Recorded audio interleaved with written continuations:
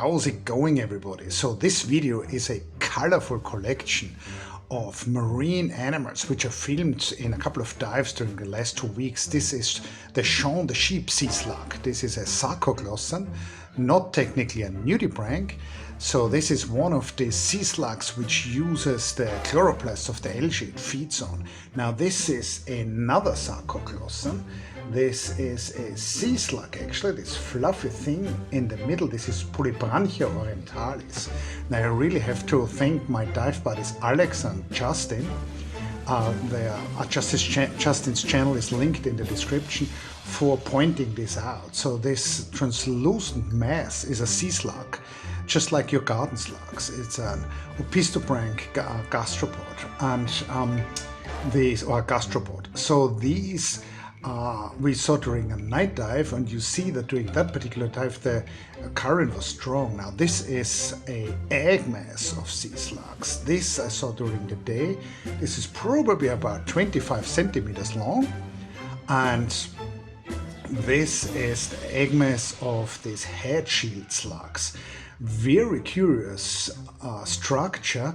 I couldn't identify it right away, so the internets helped me out there. Now, something which we see occasionally, but which I still think is a beautiful little fish, is this zebra dwarf lionfish. So this is related but not the same with this large lionfish which are invasive in the Caribbean. Here we have a sole. So this I spotted. It's actually quite tricky to find these animals, and when you focus on them closely, you see the eyes, and you see the gill cover lowering and rising. So they're pumping oxygen-rich fresh water over their gills. They're so well camouflaged. They're flat. Their texture and their color is just like the sand. When you don't almost step on them, they don't move. So it's actually quite tricky to spot these, even though they're probably 20-25 centimeters long. So, you know, this camouflage really helps them survive in the sand, which is a region in the ocean where there's no cover. You know, there's no way to get away from predators other than hiding under the sand or camouflaging. And yeah, you see this gill pumping here. So essentially fish have two ways of getting oxygen-rich new water over the gills. Either one is to swim or this pumping. Now, this is a very curious fish. I've seen that a few times. I've never gotten good footage before. This is a Crinoid Clingfish. Now, the kingfish are a medium-sized family of small fish. They have this adhesive disc on their underside, and this Crinoid Kingfish lives its whole life. It never leaves that on this crinoid. So the big structure is an echinoderm, you know, the same group of relatives like the sea stars and the sea urchins, but a filter feeder, and these small kingfish, they permanently live there. And you can see how it's blending in, so that white stripe on its body is, you know, it's making it blend into that crinoid really well. Very curious little fish. If you look below it, you see that adhesive disc. Really interesting, tiny animal. So yeah, that's probably you know, 1.5 centimeter short fish. I'm quite happy again with the macro capabilities of my Olympus TG6 camera, that I could focus on this tiny animal that well. And so you see these arms of the crinoid, that's what it uses to catch plankton with. So certainly the Crinoid Kingfish is there for the purpose of camouflage. I'm not sure if it's what's called a kleptoparasite, that it would steal food which the crinoid had filtered. I'm not sure if that's even known, if anybody has looked at that.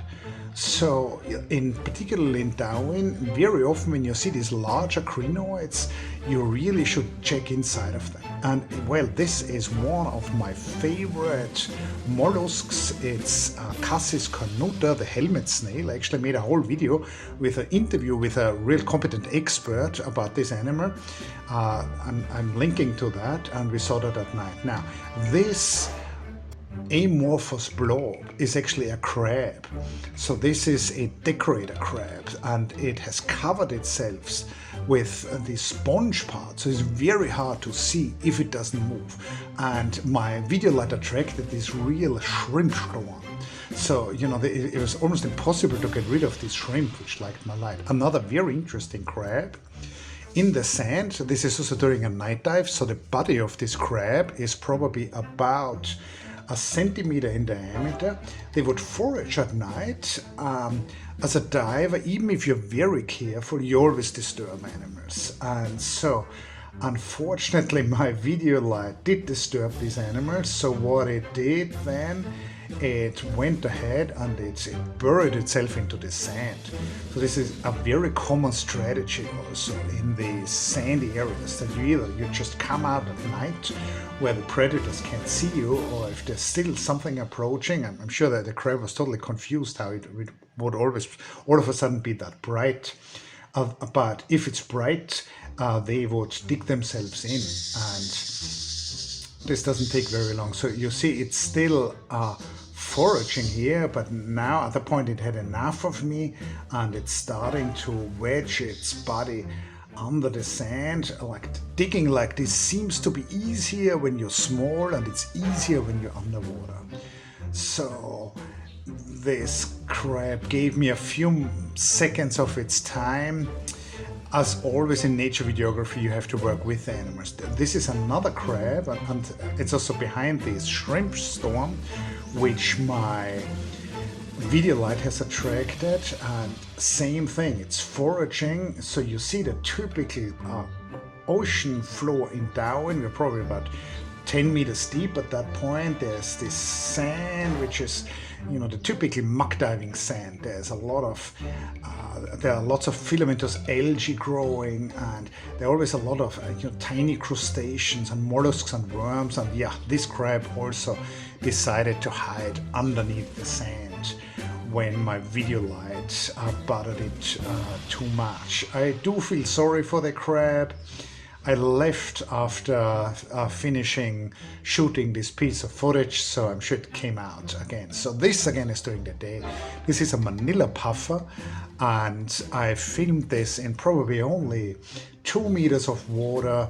These puffer fish are very used to divers. They're intelligent fish. At this point, they probably understand that scuba divers are not a threat to them. They're also poisonous. So, you know, if you barbecue the whole fish without removing the innards and you eat it, you will probably die. So, you know, the fish feels fairly safe, so it allowed me to follow it. It's foraging in the sand here, and I really enjoy this beautiful dappling, this play of light on the ocean floor when the light breaks on the crests of the waves on the top. Now, I hope you have enjoyed this video.